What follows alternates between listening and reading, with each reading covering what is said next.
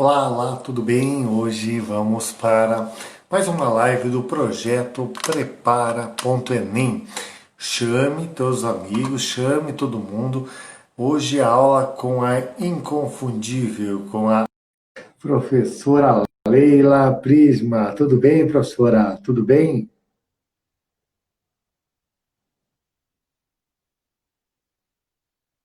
Tá agora dividindo a tela. Tudo bem, doutora? Tudo bem, grande Kleber? Tudo Tudo certinho por ótimo. aí?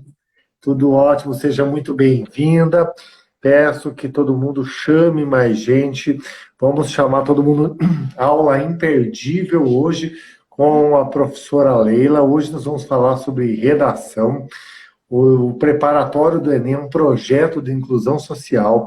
É um projeto que é para dar possibilidade para todos poderem se preparar para o Enem e também depois ficará salvo essa aula no YouTube. Você pode assistir, se preparar todas as aulas.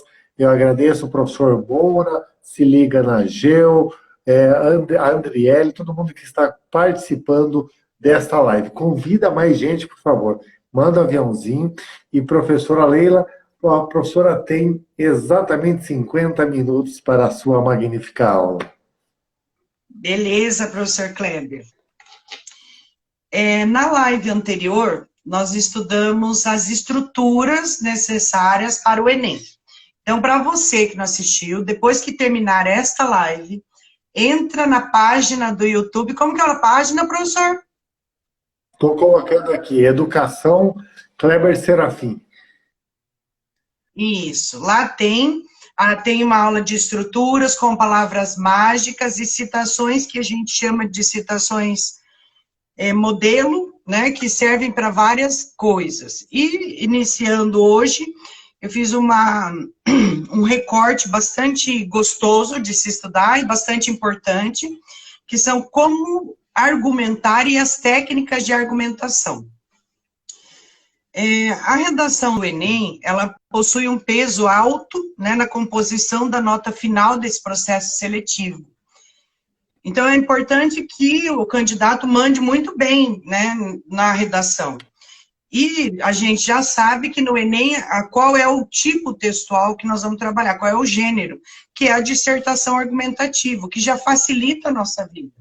Então, a gente estuda a estrutura da dissertação argumentativa, que é a introdução, desenvolvimento e a conclusão com uma proposta de intervenção. E é importante que muita gente, por exemplo, às vezes acontece de eu estar na sala de aula e um aluno falar assim para mim: a minha redação tá boa, ele pega uma folha, e faz assim tá bom? Aí eu falo, assim como? Assim, esse tanto de linha, né? Que uma redação estruturada, ela vai muito além de um emaranhado de linhas ou de preencher um espaço em branco, mas que a gente não pode listar umas ideias simplesmente por preencher uma linha que a redação tá ok, né? A gente precisa listar as ideias que não sejam somente e unicamente um emaranhado de ideias misturadas ou de fatos citados. Por isso essa aula é muito importante, porque é para a gente poder discutir técnicas argumentativas. Mais do que isso, é esperado do aluno que vai estar prestando o Enem, relacionar as informações apresentadas. Para isso, é preciso que você invista em você mesmo, no seu repertório cultural. Onde que eu formo o meu repertório cultural para o Enem, especificamente, né? Existe uma publicação chamada Atualidades, que ela trabalha única e exclusivamente matérias midiáticas, para quem gosta quem aprende lendo, né? É um local em que a gente trabalha todas as informações do mundo, do Brasil e regionalizadas, para que você possa ter noção. Leila, eu aprendo ouvindo. Então, é preciso ouvir bons documentários, é preciso ouvir bons programas jornalísticos, aprender com essas circunstâncias. Leila, eu aprendo escrevendo, então, cada vez que você ouve ou que você lê, faça uma síntese, né? Pode ser no caderno, pode ser em folhas de papel, ou mesmo em pequenas folhas de fichamento, para você ter esse repertório cultural. Onde eu não consigo esse repertório cultural? Em redes sociais, dormindo demais, não mantendo foco nos seus estudos, não tendo metas. Então, é preciso que você mantenha o teu repertório cultural ativo para poder fazer uma boa redação. Por que fazer uma boa argumentação é importante, né? O Enem, a redação do Enem, ela é avaliada com base em 5 competências. E a competência 3 é capacidade de selecionar, relacionar, organizar e interpretar informações, fatos, opiniões e argumentos em defesa de um ponto de vista. Então, utilizando esta competência, que vale 200, né, é que a gente vai fazer hoje o demonstrativo de como uma boa argumentação ela é fundamental para que o corretor, né, consiga ver, né, corrigir claramente o seu ponto de vista e saber quais são as estratégias que você utilizou para poder defender o seu ponto de vista. Como que a gente melhora, né, a nossa argumentação? Então, levando em consideração a estrutura da redação, você vai colocar os seus tópicos frasais, como a gente viu na aula passada, né? Coloca os tópicos frasais, divide esses tópicos frasais em parágrafos para poder argumentar. Mas como que eu vou argumentar? Então, a primeira técnica é fazer análises críticas da realidade. A análise crítica, ela é pautada em fatos, não em hipóteses. Não existe numa análise crítica o achômetro. Eu acho que, né? Os fatos, eles dizem por si. Recentemente, eu tive uma conversa aqui em casa, que uma pessoa falou para mim que algumas pessoas não acreditam na pandemia, né? Eu falei, mas como que alguém pode não acreditar? Ou acreditar que a coisa é só aqui no Brasil, ou só na casa dele? Porque não é uma hipótese, é um fato. Olha a quantidade de mortes, as pessoas correndo atrás da ficha, é fato. Então, quando a gente vai escrever uma argumentação, a nossa argumentação tem que ser pautada em fatos. E não em algo fantasioso. Nós não vamos inventar nada da nossa cabeça. Mas sim olhar o mundo, este olhar de dentro para fora e de fora para dentro. Como é este olhar? Quando eu olho o mundo, eu olho mediante o conhecimento que eu tenho, as perspectivas de vida que eu tenho, o lugar onde eu moro, a forma como eu fui criada, até as minhas próprias crenças. Mas eu preciso romper este local onde eu moro, a comodidade que eu tenho, o sofrimento que eu passei, para trazer esse mundo de fora para a minha argumentação, para poder olhar as coisas com clareza, ter noção crítica e clara da realidade. Então, a gente vai trazer as coisas que eu vejo do mundo para a minha realidade e da minha realidade para o texto. Então, é este caminho que a gente traça. O caminho é assim, ó. Toda comunicação gera em mim um sentimento que vai gerar um comportamento. E se a gente trouxer isso para a realidade do texto, toda informação vai trazer em mim um sentimento que vai ser transposto em palavras, né? E que vão ter que estar pautadas em fatos. É a partir de elementos concretos que a gente vai fazer essa análise. Não trabalhamos na argumentação com hipóteses, e sim com fato. O que é fato? Eu não sou uma pessoa, por exemplo, que discrimina. A discriminação não faz parte do meu know-how de vida. Mas é inegável que existe a discriminação, né? Então, eu não posso levar em consideração a minha visão de mundo, mas sim a visão dos fatos e análise crítica da realidade. Comprove as suas análises com fatos. Eu sempre brinco com os alunos, assim, principalmente os da pós, né? Você pensa assim? Então, acha um autor que pensa igual a você, né? Então, quando eu quero trabalhar minha análise, eu tenho que achar fatos que correspondam à forma como eu estou vendo alguma coisa. Então, é preciso provar todas as hipóteses e afirmações que você colocar no seu texto. Senão, é como se você estivesse acusando alguém sem nenhuma prova. Ou como se você estivesse inventando algo que não é verdade. sustente esses argumentos sempre com exemplos, concretos, opa, engasguei aqui, com dados, com experiências vividas no país ou em outros países, experiências da área da educação e assim sucessivamente. Na argumentação, a gente nunca faz análises desvinculadas da realidade. Um exemplo clássico desse erro é que, ao falarmos de uma determinada ação que precisa ser implementada no Brasil, porque ela funciona bem nos Estados Unidos, por exemplo, a gente pode cometer uma análise descontextualizada, porque são realidades diferentes. A realidade brasileira é um pouco diferente da norte-americana, né? Então, falar dos Estados Unidos para discutir uma questão brasileira pode fazer com que a gente crie uma análise desvinculada da realidade discutida. Então, a gente precisa se perguntar, qual é a cultura dos Estados Unidos? Como foi o processo histórico daquele país? Foi similar ao Brasil? Se nos Estados Unidos é de um jeito, não significa que podemos comparar necessariamente com a cultura brasileira, mas de que forma a gente pode adequar?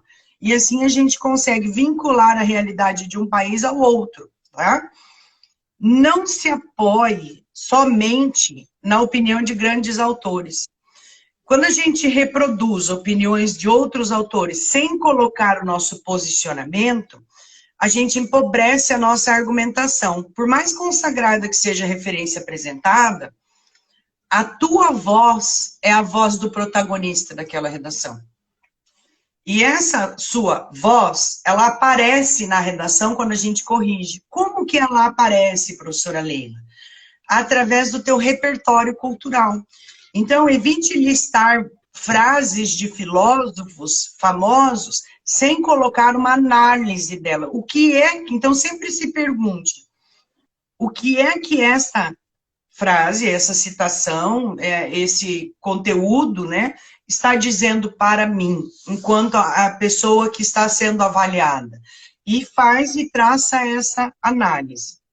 O outro erro é fazer afirmações muito vagas. Afirmações de modo geral a gente não utiliza. Por exemplo, as mulheres de hoje em dia, os homens de hoje em dia, os jovens, a gente não generaliza. Principalmente porque quando a gente generaliza, não dá tempo em 30 linhas de explicar exatamente onde você quer chegar com a sua exposição. Então precisa ser o mais claro possível, porque só expor um problema na dissertação argumentativa pode não ser o suficiente, devido até ao espaço de tempo e de linhas, né, espaço físico e psicológico, né, que a gente tem para colocar alguma coisa. Você precisa ser direto e já colocar com profundidade o que é que você quer dizer com aquilo que você está colocando na sua redação. Não exponha apenas os fatos. A gente expõe os fatos, mas analisa esses fatos. Uma redação argumentativa, ela não é composta de um apanhado de informações. Então, expor os fatos não é argumentar. Isso é bem importante. Expor os fatos não é argumentar. Listar ideias, por mais pertinentes que as ideias sejam, é preciso vincular esses fatos, né, essas ideias, a uma discussão teórica, ao seu posicionamento. É só essa jogada de ideias no papel, ela não constitui um texto dissertativo argumentativo, porque deixa de lado justamente a essência do texto, que é argumentar, né? Além disso, quando alguém precisa construir argumentos, é preciso que relacione as informações apresentadas e mostre, né, aquilo em que você quer chegar. A argumentação, ela é um recurso que a gente utiliza praticamente todos os dias. Porque é um recurso do ato de convencer alguém a alguma coisa. Então, você que é jovem, você quer, sei lá, comprar um tênis novo, mas você já tem 3 tênis, mas você quer comprar um tênis novo. Você começa o processo de convencimento da sua mãe, do seu pai, da sua avó, do seu avô, né? Que você quer um tênis novo. Você começa esse processo de convencimento. Amanhã, você não quer fazer as atividades da aula. Você já começa esse convencimento em casa, né? Então, o ato de convencer, você só namora com alguém, porque você convenceu alguém que você é alguém que vale a pena, né?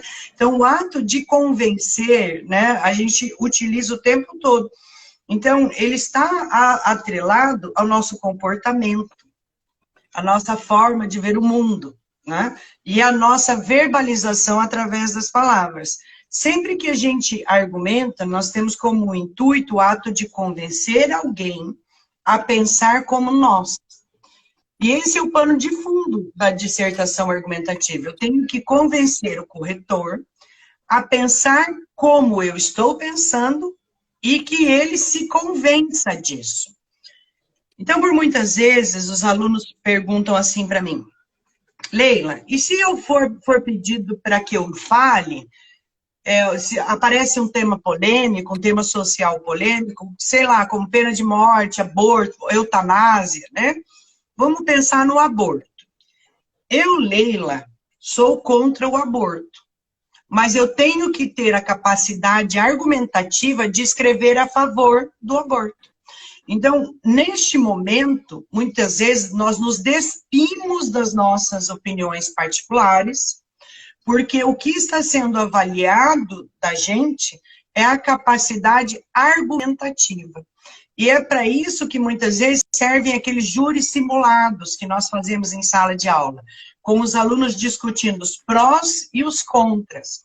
Então, para você que está treinando o Enem, é importante que sempre quando sai sempre uma lista dos possíveis temas do Enem, das possíveis situações, né, que podem aparecer, você começa a fazer os tópicos frasais a favor e os tópicos frasais contra, para que você treine a sua capacidade argumentativa e seja capaz de argumentar tanto a favor quanto contra, mesmo que a sua opinião pessoal seja diferente, porque o que está sendo avaliado, não, me desculpa, mas não é a sua opinião pessoal, né? É a sua capacidade argumentativa, tá? E automaticamente o seu know-how, a sua propriedade intelectual, porque você tem que ter ficado 13 anos na escola e sair com uma língua portuguesa formal perfeita, sabendo acentuar uma palavra, escrever com S ou com Z, fazendo a concordância verbal e nominal corretamente. Porque, afinal, foram 13 anos de escola, né? No momento de uma construção textual, os argumentos, então, são essenciais. E eles são as provas que nós vamos colocar para defender a nossa ideia e convencer o leitor de que é correto. Uma das técnicas mais conhecidas, que eu coloquei aqui só para fazer um en passant, para lembrar, é o argumento por citação. Uma citação, ela não vira uma citação do dia para a noite. São autores consagrados, com ideias universais, pertinentes à vivência do homem em sociedade. E é importante lembrar que o tema do Enem, via de matriz de elaboração, ele será um tema de vivência social, que o aluno deve ter contato com este tema por mídias. Ele vai receber essa informação pela internet, pela televisão, pelo rádio, pelo jornal, ou por informações escolares, porque ele precisa aprender a analisar o cenário social em que ele está vivendo, colocando esse cidadão como uma pessoa atuante na sociedade, por isso a proposta de intervenção, e que é capaz de defender uma ideia buscando o legado histórico que já existiu. Então, quando a gente fala da menção de uma citação, é sempre de uma citação de um autor consagrado que já marcou a história da humanidade na literatura, na filosofia, na antropologia, e que essa citação seja pertinente para o tema que você vai utilizar. Na live anterior, a gente deixou uma lista de citações para você. São citações chaves, todas elas referentes à vivência do homem em sociedade.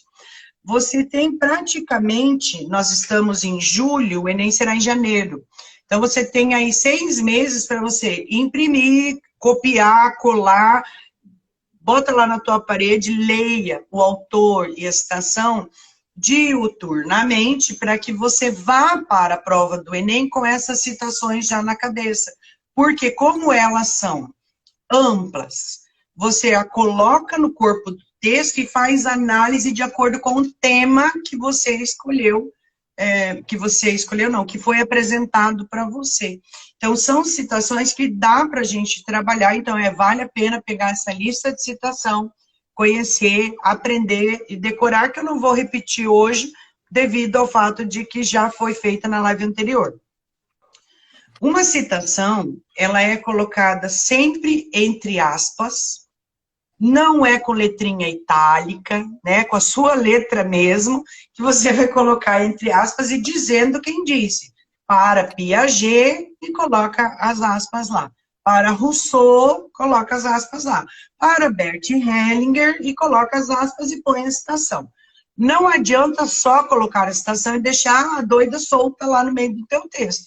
Você precisa explicar por que é que colocou determinada citação no seu texto. Então, eu peguei um exemplo aqui de uma redação de 2017, que a pessoa colocou assim, uma redação nota 1000.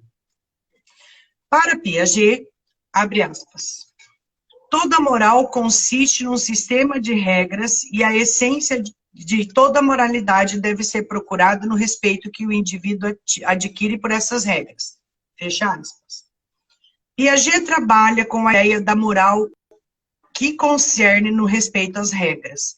A capacidade intelectual de compreender a regra, e aí vai. Ou seja, ele colocou a citação, fechou as aspas, acabou a citação, elaborou a sua síntese em relação a isso, que é o que vai mostrar, no caso, o teu repertório cultural de ordenar ideias, relacionar, compreender o que está sendo escrito, que é a competência que vai ser exigida de você, valendo 200 pontos, tá?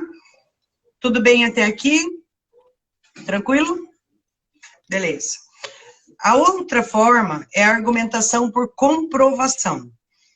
A sustentação de uma argumentação por comprovação, ela se dá a partir de informações apresentadas, são dados, são estatísticas, são percentuais, que acompanham essa argumentação por comprovação.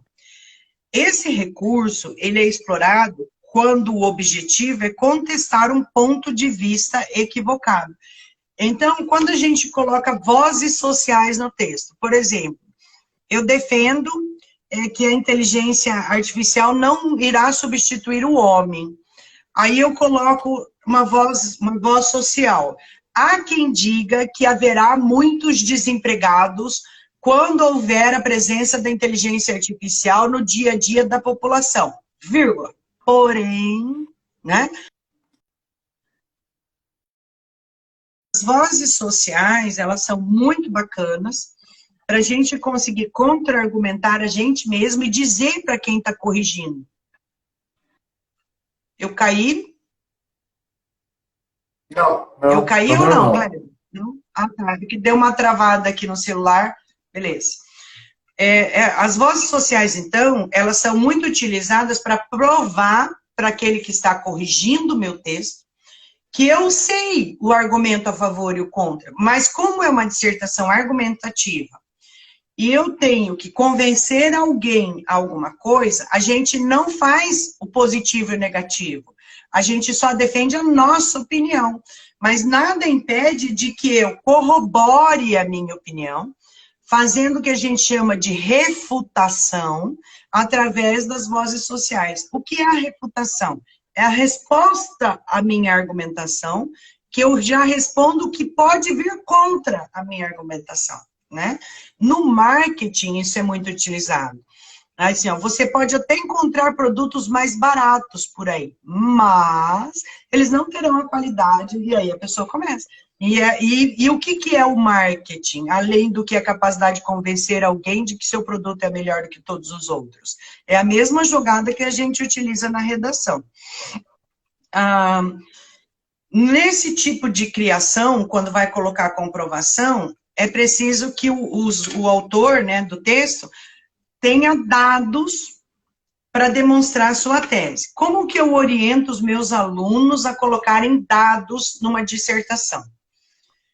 É muito arriscado a gente colocar coisas como 10% da população, 21%, tá? Então, o que que a gente coloca? Uma pequena parcela, mais da metade, a maioria, uma grande porcentagem de, porque eu demonstro esses dados, o conhecimento deles. Mas é um risco grande colocar isso em números exatos, porque, inclusive, a matéria ou a reportagem que eu possa ter lido, ou mesmo memorizado, ela pode ter sido alterada até o momento em que eu vou aplicar a prova. Eu vou fazer a prova, não aplicar, né? Resolver a prova. Porque esses dados científicos, eles são baseados numa amostragem, nos participantes de uma pesquisa, e que muitas vezes não são dados universais. Porém, um microcosmos, ele reflete um macrocosmos.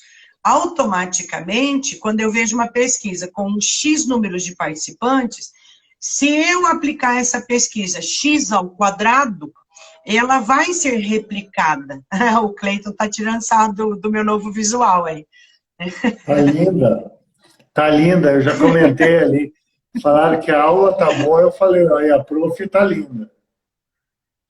Obrigada. Perdi até o rumo aqui, viu, Cleiton? Então, é bacana sempre se a gente pensar nessa refutação. Quem tem a inteligência lógico-matemática forte, ele tem uma dificuldade nas áreas de interpretação de citação, tem uma dificuldade em fazer analogias nas áreas de humanas. Então, se você tem a inteligência lógico-matemática forte, Leila, como que eu fico sabendo se eu tenho inteligência lógico-matemática forte? Porque eu não sou seu aluno, porque os meus alunos sabem qual é a inteligência predominante deles, né? A gente tem vários testes disponíveis na internet. O autor é o Goleman, Howard Gardner, né? Que você pode testar qual é a sua inteligência predominante. Saber a sua inteligência predominante é importantíssimo, porque ela vai dizer a forma como o seu cérebro aprende. E eu não sei se vocês viram a live era a Regina, né, professor Kleber? A live das 6 horas que você fez hoje. Foi excelente, né? É importantíssimo que você saiba como o seu cérebro aprende, porque nós estamos num momento da sociedade em que você, estudante, se não aprendeu a aprender, você está sendo forçado, pelo momento histórico que você está vivendo, a aprender, que é um grande desafio. Eu vi o Alexandre ali, o Alexandre acho que já ouviu isso umas 20 vezes, né? Vocês têm que aprender a aprender, porque não adianta frequentar a escola só como uma esponja, absorvendo conhecimento, e quando sai da escola, tem toda uma vida pela frente. E a escola tem que ensinar a aprender. Só que muitos dos nossos alunos brasileiros estão neste contexto. O que você hoje está fazendo assistindo essa live? Você está aprendendo a aprender. E é nessa circunstância que eu quero puxar o argumento por raciocínio lógico. Se você é uma pessoa que tem a inteligência lógico-matemática aguçada, ou inteligência espacial, você tende a resolver as coisas, inclusive seus textos, através de um raciocínio lógico. Então, como que a gente cria argumentação para as pessoas de raciocínio lógico? As coisas têm causa e efeito. Toda ação gera uma reação. E vai começar a raciocinar em cima de temas, pensando, o que gerou isso? Qual é a consequência que vai gerar se as pessoas agirem de tal forma? E a argumentação dessas pessoas, ela é pautada em causa e consequência, em uma ação gera uma reação. E esse é um recurso utilizado por outras pessoas que não têm inteligência lógico-matemática e espacial mais forte, lá na conclusão, lá na proposta de intervenção. Mas outras pessoas que raciocinam dessa forma conseguem argumentar por causa e consequência, e por uma ação gera uma reação. E essa argumentação, ela não pode ser fruto de uma visão pessoal não contestada. Eu preciso contestar e buscar fatos reais, o que quem tem a inteligência lógico-matemática consegue com muita facilidade. Então, o que ele vai pensando? Se a saúde pública não tiver investimento, o que pode gerar? E ele já faz como gerou em, aí ele já coloca uma correlação ali. Tudo bem até aqui? Tranquilo? Boa. Vamos para outro. É sempre difícil gravar dados estatísticos, né? Como eu disse, como eu oriento os meus alunos. Fale, a grande maioria, uma pequena parte, uma parcela, e assim, né? É inviável decorá-los. Porém, existem alguns dados mais gerais. Em que lugar o Brasil está em nível mundial de educação? Isso é um dado fácil de decorar. E que talvez não vá mudar em 2 anos, porque o índice do IDEB, né, ele é feito de ano em ano, PISA é feito, né, então eu consigo pegar essas localizações. Em relação à população mundial, em que local o Brasil está em relação ao mundo? A mata brasileira, ela é realmente a maior do mundo?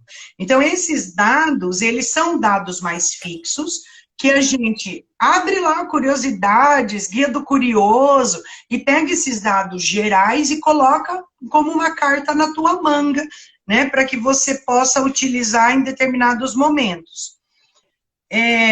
Além disso, os textos motivadores, eles vão dar determinado direcionamento para você.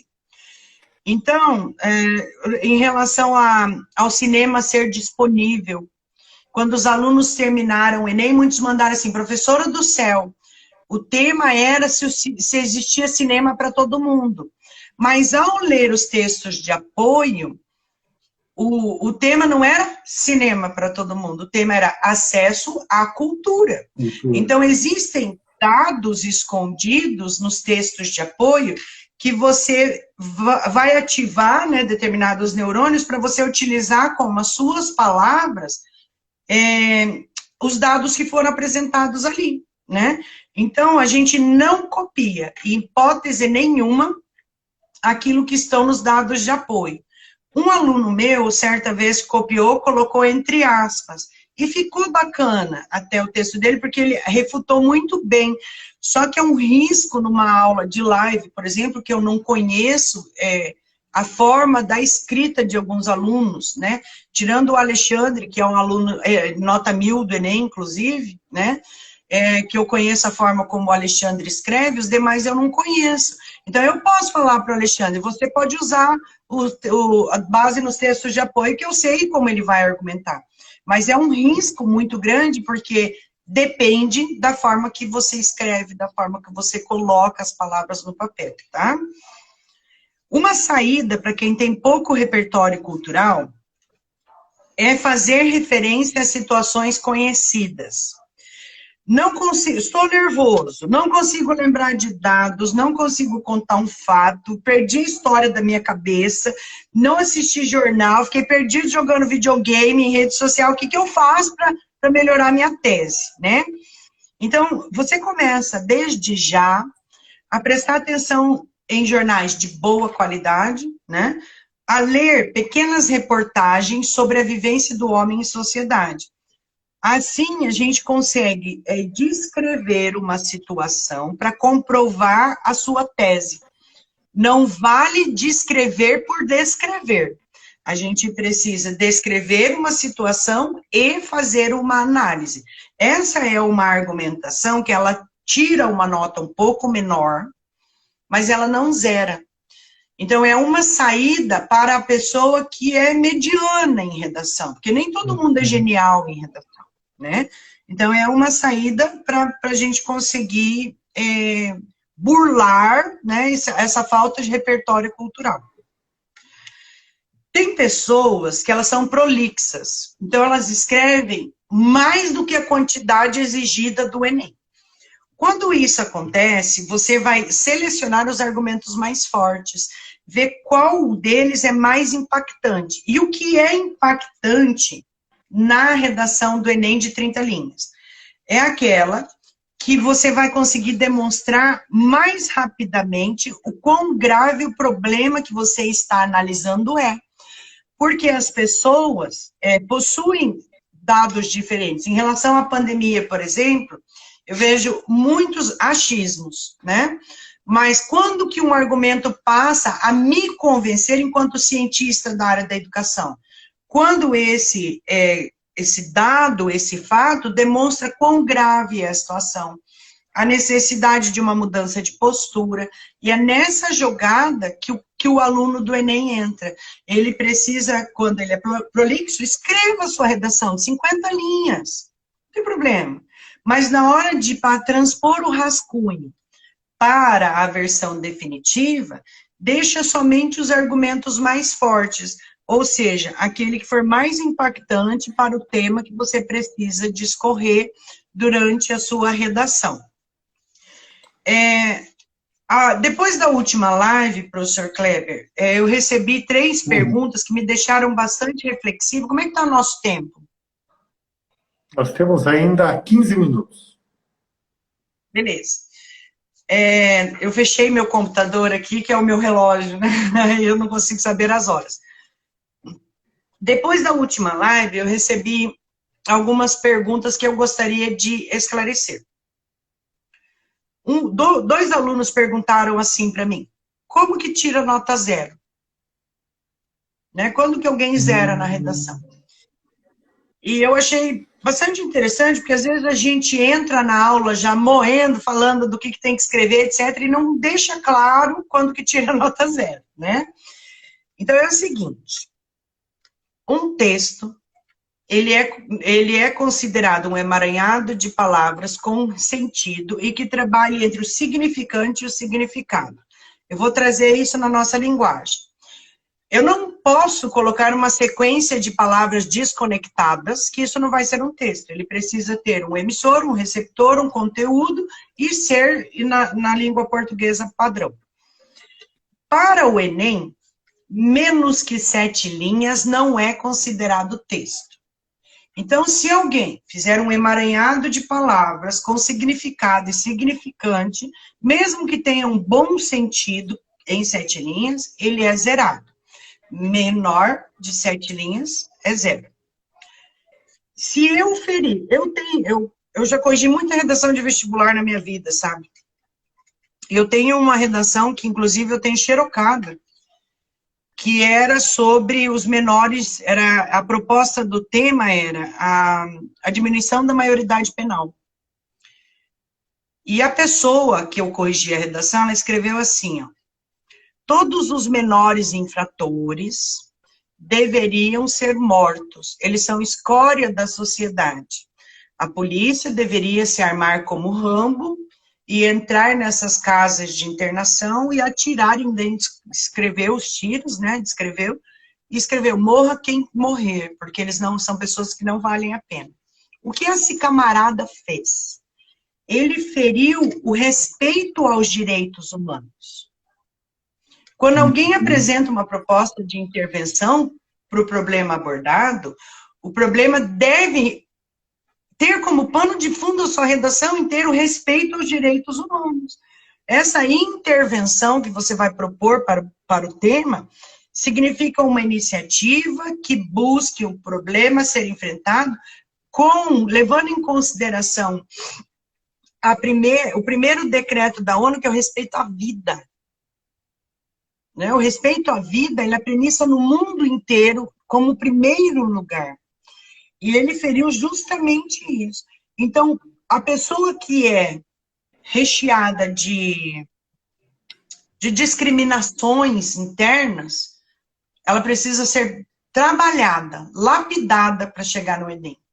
Porque o respeito aos direitos humanos é a proposta. Então, se você ferir aos direitos humanos, tua redação será 0.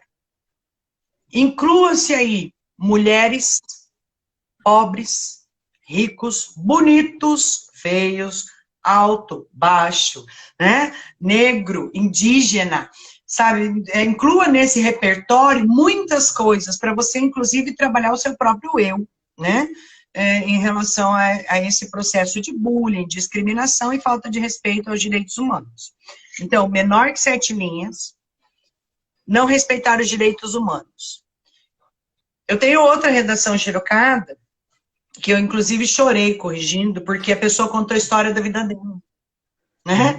E ela morava no sítio, tinha desejo de estudar, e o marido foi acusado de um crime, eles vieram para a cidade, e ele pegou AIDS, daí ele foi preso, pegou AIDS, ele morreu, e ela tinha 3 filhos, e ela estava voltando a estudar e estava prestando Enem. História linda, né? Mas não é uma dissertação argumentativa, é uma narração. Então, quando eu fujo o gênero proposto, é 0. Porque eu não compreendi a estrutura textual que me é cobrada enquanto pessoa que é uma intelectual, que terminou o ensino médio, que já está acima de infelizmente, né, de uma grande porcentagem da população brasileira, atingiu um nível escolar, terminou a educação básica, eu preciso ter competência para entender um gênero textual. Então, menor que 7 linhas, não respeitar os direitos humanos e fugir do gênero. Letra ilegível. A sua letra, ela não precisa ser bonita. Há uma diferença grande entre letra bonita e letra legível. A sua letra tem que ser... toda pessoa que conheça a língua portuguesa tem que ser capaz de ler a sua letra. Às vezes eu corrijo a redação de algum aluno e brigo com eles, né? Aí ele fala assim, professora, esse aqui é o meu A, né? Aí eu falo, não existe o seu A, o seu B, o seu S e o seu R. São normalmente essas letras que o pessoal trunca. É o R, o S, o B, né? E o A. E o A e o O, É né? que às vezes eles têm fonte própria. É por isso eles não têm. Mas eu tenho também a formação, eu sou graduado em Química, licenciado em Química, mas sou graduado em Farmácia. E daí toda vez os alunos escreviam e falavam, nossa, mas você já não aprendeu a ler letra de médico? Eu sempre falo que não tem na faculdade ainda disciplina de hieróglifos, né? Então a gente não sabe mesmo, tem que ter uma letra não dá legível. conta. Boa. Ótimo, adorei. E os médicos realmente agora estão até trabalhando as suas letras, né, professor Kleber? Porque via de lei, todo mundo tem que conseguir ler agora a receita, né? Então, a tua letra tem que ser legível. A minha letra, professor Kleber, ela modifica muito. Até fiz o estudo de lexicografia e lexicologia, né, para entender a personalidade através das letras. E a minha letra, ela se altera. E os meus alunos, às vezes, eles falam assim, mas essa letra não é tão bonita. Eu falo, mas ela é legível. Mas quando eu vou fazer uma prova, eu capricho. Simples assim. Então, é o que eu falo para ele. Você vai fazer a redação do Enem, você faz letra de cartinha de amor. Né? Porque você precisa deixar isso bem colocado ali. Letra legível. Palavrões, né? Os palavrões não pertencem à norma culta da língua portuguesa. Então, a presença de palavrões e de uma coisa que a gente chama de etiopês. O que é etiopês? Etiopês não, tiopês. Tiopês é essa linguagem que a gente utiliza na digitação. Então, a gente coloca lá quando, né? A gente coloca o QDO. Verdade, coloca o VDD. Né? Mas essa língua, esse tiopês, ele não faz parte da norma da língua portuguesa culta. Então, a gente não utiliza na redação. São essas as formas de se zerar. Cuidado com os diz que. Então, muitas vezes o pessoal termina o vestibular, o Enem, começa a me ligar, os meus alunos. Falam, professora do céu, diz que eu vou tirar 0. Então, aí um amigo vai lá e fala assim, diz que se você não colocar título, você tirou 0. Diz que, esses diz que, toma cuidado, né? Lembra dessa aula para não se apavorar, não criar um estresse desnecessário, né, na sua vida, tá bom? Eu fico à disposição. Tem o meu Insta, o Facebook, o canal do YouTube do professor Kleber, o Insta do professor Kleber, né, para que a gente possa se comunicar. Envie suas perguntas são muito importantes para a elaboração da sequência didática da aula. Fazer uma aula numa live, nós estamos nos reinventando e eu também estou me reinventando, né? Às vezes se torna meio que uma maratona, porque eu preciso pressupor o que você vai perguntar, o que você não sabe, e se você me enviar, facilita a vida, a minha e a sua, né? Porque daí eu vou direto no ponto, tá? Antes da gente desligar, professor Kleber, eu queria ler um poema, né? Então, eu vou passar a palavra para você para a gente terminar com um poema. Eu queria agradecer a disponibilidade. Queria que todo mundo que estivesse na live tirasse um print agora e ajudasse na divulgação. Marca nossos perfis e marca também o perfil do Prepara Enem. Calma aí que eu apertei o botão de volume. Errei aqui. Eu também aqui. Ajuda na divulgação, chama mais gente. Até sexta-feira, 19 horas. Fique à vontade, prof. Eu queria lembrar que esse é um projeto do IF de Colombo, mas ele está disponível para todos os alunos. Se você não conhece o Instituto Federal do Paraná, conheça. É uma instituição de qualidade, com professores de excelência e alunos magníficos. Você vai ser muito feliz lá, tá? E eu queria terminar com um poema do Tiago de Mello, e eu vou ler alguns trechos dele, que se chama Os Estatutos do Homem. Ele é um poema muito grande, inclusive é um livro, e eu peguei só algumas partes pertinentes ao momento que nós estamos vivendo. Fica decretado que agora vale a verdade, que agora vale a vida, e que de mãos dadas nós trabalharemos todos pela vida verdadeira. Fica decretado que todos os dias da semana, inclusive as terças-feiras mais cinzentas, têm direito a converter-se em manhãs de domingo. Fica decretado que a partir deste instante haverá girassóis em todas as janelas, e que os girassóis terão direito a abrir-se dentro da sombra, e que as janelas devem permanecer o dia inteiro abertas para o verde, onde cresce a esperança. Fica decretado que o homem não precisará nunca mais duvidar de um outro homem, que o homem confiará no homem como a palmeira confia no vento, como o vento confia no ar, como o ar confia no campo azul do céu. O homem confiará no homem, como um menino confia em outro menino.